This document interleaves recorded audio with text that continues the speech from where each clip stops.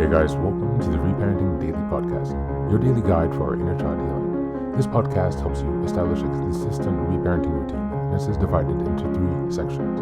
The first is a daily reading, the second is a discussion of the reading, followed by suggested journal prompts, and the last section is a peaceful meditation for closing.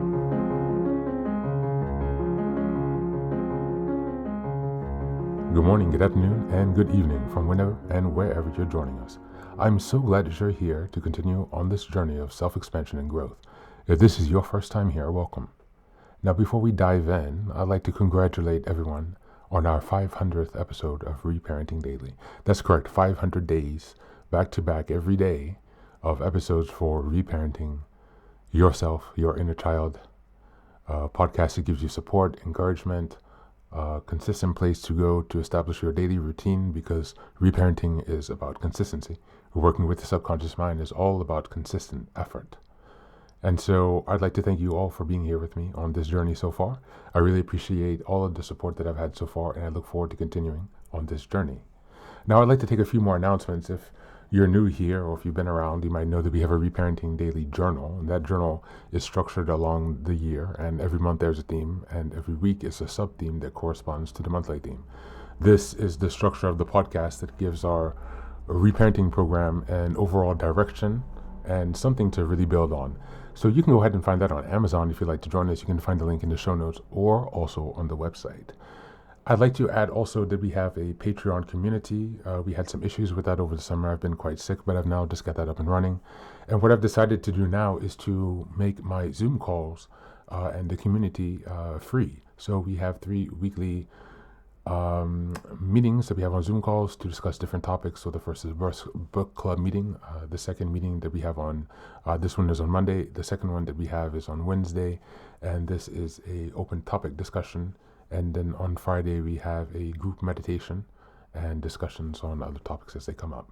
And so since everyone is having a hard time these days, I decided to make that free, just to, share something with the people in the community, because I know that many people are struggling and can't afford extra expenses. So for this time, you can now join the Patreon for free. If you'd like to support the podcast, you can also choose a pay subscription, or you can also purchase the journal. I'd also like to announce that I've been reworking the Reparenting Fairy Tales for Reparenting series. This is a collection of a 3-volume series of fairy tales, so fairy tales for reparenting, and they're organized along the hero's journey. Basically, I've rewritten those in the springtime, and I found out that when I was doing some rewriting and also changing the graphics, that some of the content in the books have been a bit messed up. And so for now, they are still available on Amazon, but I have to do a lot of revision. Unfortunately, I've burned my eyes, guys, so I'm still out on sick leave from work, and so I'm very limited. I have some people helping me with the editing, but it takes a lot of work because we're about 3 different volumes of this collection, so it takes a lot of time. And so I will go ahead and give you a heads up once those are in good order again, but please don't order those on Amazon right now, because they're not ready, and they make it really difficult to pause something. You have to restart uploading a whole new product, and so that's why I cannot take them down now. Then I'd have to start the entire process again, which is really a headache. And so we're in that situation. But you know what it is, we got the products out. There are some tweaks to be made. It's a really great collection. It's a really fun way to look into reparenting, to reconnecting with your inner child, to look at these stories. You might think, oh, fairy tales are childish, but actually, if you look into the history of the Grimm's fairy tales, I mean, these things don't end positively. I mean, there are so many fairy tales with so many lessons, that really connect to our collective unconsciousness. Why are fairy tales important? I'm not the first one to raise this. This goes back to the work of Carl Jung and Marie-Louise von Franz, who understood the importance of the messages that fairy tales carry. And that's why this project has really been one of the most inspiring and fun and creative projects that I've ever worked on myself. And I'm really excited to get those done. Definitely will have that done by the end of the year. But it does take some extra work, so please do give me some time and understanding there. This first intro is a bit longer, and I'll be redoing that, but I just wanted to give a special introduction for our 500th episode, and just also to give you a bit of an update on everything else that's going on now that I'm making some changes, including making the Patreon communities and Zoom calls free, since we are now reaching that 500th episode, and people are really struggling and needing some help out there. So for now, that is all going to be free. You can check out the link to the Patreon on the website or on social media. There's a link tree there on the Instagram page. And yeah, thanks for being here. So without further ado, now let's dive into today's practice. Today's reading is from Emotional Intelligence by Daniel Goleman. Today we're going to be reading from Appendix B again. Appendix B, and this the section Feelings first. Second Thoughts. Just as a reminder, in September, and the theme is Emotional Intelligence. This is the first day of week 2, which is September 8th until the 14th. The theme for this week is developing emotional regulation. Okay, first feelings, second thoughts.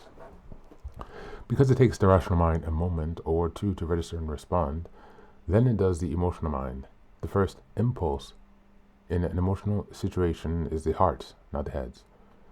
This is a second kind of emotional reaction, slower than the quick response, which shimmers and brews first in our head before it leads to feeling.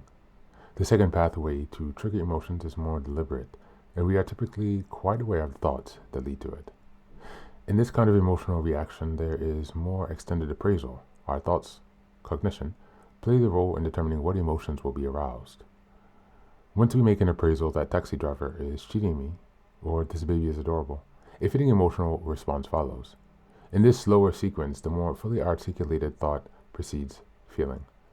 More complicated emotions like embarrassment or apprehension over an upcoming exam follow this slower route, taking seconds or minutes to unfold. These are emotions that follow from thought. By contrast, in the fast response sequence, feeling seems to precede or be simultaneous with thought. This rapid-fire emotional reaction takes over situations that have the urgency of primal survival. This is the power of such rapid decisions. They immobilize us in an instant to rise to an emergency. The most intense feelings are involuntary reactions. We cannot decide when they will erupt. Love, wrote Satal, is like a fever that comes and goes independently of will. Not just love, but our angers and fears as well sweep us over. Something seeming to happen to us rather than being our choice. For that reason, they can offer alibi. It is the fact that we cannot choose the emotions which we have. Notes Ekman that allows people to explain away their actions by saying they were in a group of emotion. Just as our quick and slow pass to emotion, one through immediate perception and other through reflexive thought, there are also emotions which come bidden. One example is intentionally manipulated feelings, the actor's stock in trade, like the tears that come when sad memories are intentionally milked for their effect. But actors are simply more skilled than the rest of us at intentional use of the second pathway of emotion, feeling via thinking. We cannot easily change what specific emotion a certain kind of thought triggers. We very often can, and do, choose to think about it. Just as sexual fantasy can lead to sexual feelings, so can happy memories cheer us up, or melancholy thoughts make us reflective. But the rational mind usually does not decide what emotions we should have. Instead, our feelings typically come to us as a fait accompli. What the rational mind can ordinarily control is the course of those reactions. A few exceptions aside, we do not decide when to be mad, sad, and so on. Thank you, and that's the reading for today.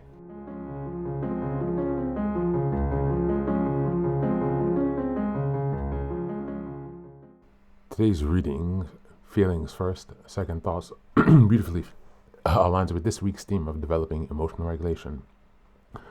It explains the two pathways emotions take: the fast, instinctive emotional response, the first feeling, and the slower, thought-driven responses, the second thought. The faster reaction is survival-based, automatic, and is often outside of our conscious control. It's why fear, anger, or even sudden love can feel like they sweep over us. But the slower, thought-driven pathways show us that emotions can also be shaped by how we interpret situations and the stories we tell ourselves. This distinction matters because we cannot always control the first wave of feeling. We can learn to guide what happens next.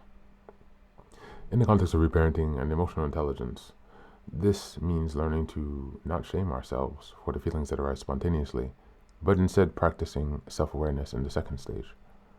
Emotional regulation isn't about shutting down feelings, but about choosing how to direct them once they appear. This could mean pausing before reacting, reframing a thought that fuels an emotion, or intentionally calling on memories and practices that soothe us. In other words, while the first impulse may belong to the inner child, the second response can be guided by our inner loving parent. As we go into the journal prompts today, number 1, what recent situation triggered a fast emotional reaction in me, and how did I respond afterwards? Number 2, how can I practice noticing the gap between the first feeling and the second thought in everyday life? And number 3, what are some intentional thoughts or memories I can use to help shift my emotional states when I feel overwhelmed? That's it for today, and as always, thanks for being here. Take care of yourself, and please do be well.